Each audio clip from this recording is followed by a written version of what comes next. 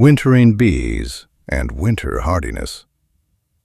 Poor overwintering of bees happens for many reasons, but most often because apiaries enter autumn with too many weak colonies, too few young bees going into winter, feeding sugar too late, and incorrect nest setup and insulation.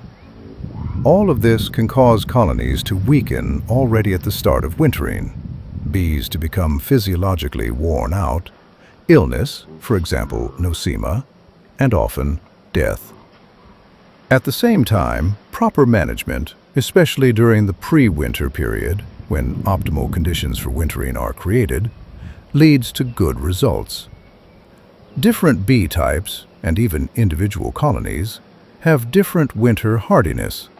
Some tolerate a long, cold winter well, while others, under the same conditions, weaken greatly, get sick, and die. Winter hardiness should be considered one of the most important practical traits, especially in areas with long, cold winters. Many studies have been carried out to understand and measure this trait. Based on broad beekeeping experience, good wintering is achieved by solving these main tasks. Breeding winter-hardy bees well adapted to local conditions. Preparing in autumn strong, healthy colonies with a large number of young bees. Providing enough high-quality feed for the entire winter. Creating optimal temperature and humidity conditions for wintering. These tasks can be accomplished by wintering colonies either in winter shelters of different types or outdoors, depending largely on the local climate. How winter hardiness shows up in spring. When inspecting colonies in spring, a beekeeper sees that some overwintered well and others poorly. In colonies that overwintered well, the nest is clean, there are few dead bees, there is enough food, and the colony looks strong and ready to work. In poorly overwintered colonies, the nest is heavily soiled and damp, and the bottom contains many dead and moldy bees. Such colonies are greatly weakened and inactive. Beekeepers have long asked why colonies that seem similar in autumn can winter so differently. Wintering results depend on many factors: how well bees were prepared for winter, feed quality, and wintering conditions. However, results are also strongly influenced by winter hardiness, the ability of bees to tolerate unfavorable winter conditions in a specific climate. This trait is typical of certain bee groups and is inherited. Winter hardiness is usually evaluated in spring based on wintering results using several indicators. Feed consumption over winter. Bees evolved to use food reserves economically. In years when little food is collected, only colonies that consume less can survive winter. A typical colony may consume about 22.0 to 26.5 pounds, about 353 to 423 ounces, of honey over winter, though some may use about 13.2 to 17.6 pounds, about 212 to 282 ounces. Feed consumption reflects not only winter hardiness, but also colony strength. Strong colonies eat more. For better comparison, beekeepers often consider not just total feed used, but feed used per one street, interframe space, of bees that survived. This more objectively shows how economically winter stores were used. Degree of weakening over winter. Some bees die during winter, primarily old, worn-out bees that do not live until spring, and also bees sick with nosema or other diseases.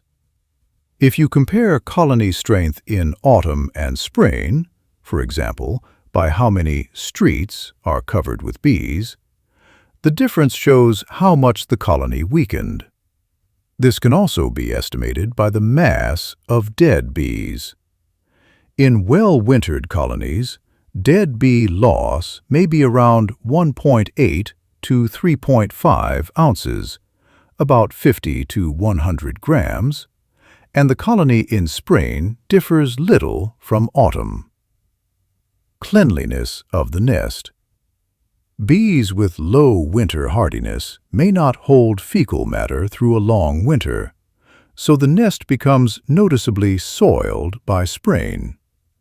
Soiling can vary from small spots to large areas. Nests of well-wintered colonies remain clean. Resistance to nosema and similar problems. Strong nest soiling can result from overfilling the hindgut when consuming poor quality feed, for example, certain kinds of unsuitable honey, or from diseases such as nosema. When the first brood appears, often in the second half of winter, infection can increase sharply, especially in bees originating from warm climates that are less winter hardy. Disease can grow. Amount of brood in spring. Many beekeepers judge wintering success by spring brood amount. Even after a very long winter, colonies often begin raising brood toward the end of winter. The more viable and healthy the colony is at that time, the more young bees it can raise. Colonies that overwintered well develop vigorously in spring, while colonies weakened by wintering cannot feed much brood and remain weak for a long time. How conditions affect the indicators. Each indicator depends strongly on external conditions. For example, feed consumption depends on colony strength and winter temperature. At lower temperatures, such as when wintering outdoors, bees consume more feed. Bee loss also depends on the physiological condition of winter bees. The more old, worn-out bees remain from autumn, the higher the loss may be. Often, each indicator is scored in points, and the total score helps identify winter-hardy versus weakly winter-hardy colonies. Differences become most visible in years with severe winters. Under favorable winters, differences can be minor or not obvious. Besides direct results in spring, winter hardiness can also be estimated indirectly. Certain morphological and physiological traits have been identified that relate to wintering outcomes, and they may help predict wintering success in advance. Differences between bee types. Bees of colder regions formed as winter-hardy groups adapted to long, harsh winters. Bees from warmer areas are generally less winter-hardy and are adapted to shorter, milder winters. A dark forest-type bee, bred by people and also historically found in the wild, became widespread across cooler and temperate areas. Because it occupies a very large territory with very different climates, local populations formed that adapted to specific conditions. Some local populations show especially high winter hardiness and endurance, and have distinctive biological features related to surviving severe, long winters. Observations noted that cleansing flights can begin at relatively low temperatures, and well-wintered colonies may quickly start active work and bring pollen and other materials soon after the first spring flights, helping rapid spring buildup. In other cold areas, winter-hardy populations also formed after bees were brought in from elsewhere long ago. Through selection, they adapted well to local conditions and performed well even in very cold winters. By contrast, some bees from warmer regions perform noticeably worse when moved into colder areas. They overwinter poorly, weaken strongly, and may die.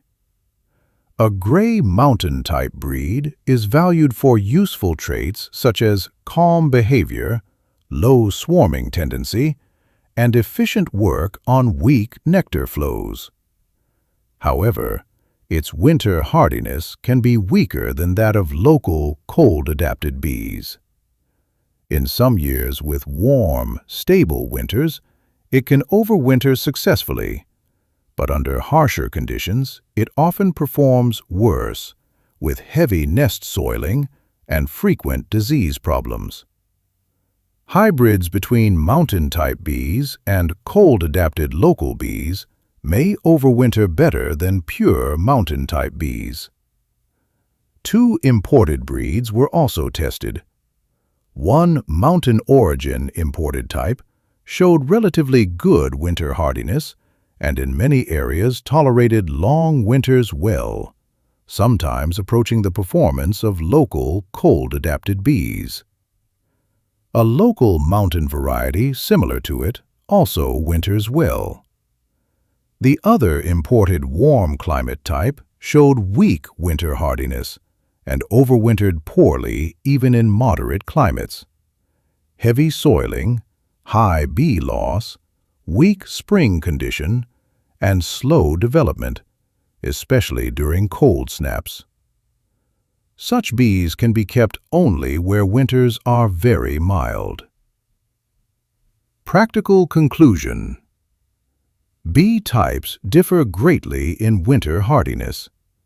Warm climate bees moved into colder regions often tolerate severe winter conditions poorly, which reduces productivity. Based on testing and practical experience, the general recommendation is, in colder and temperate zones, breed local cold-adapted bees with strong winter hardiness. In warmer zones with shorter, milder winters, certain mountain-type or warm climate bees may be suitable. Please follow us for the overwintering bees to be continued.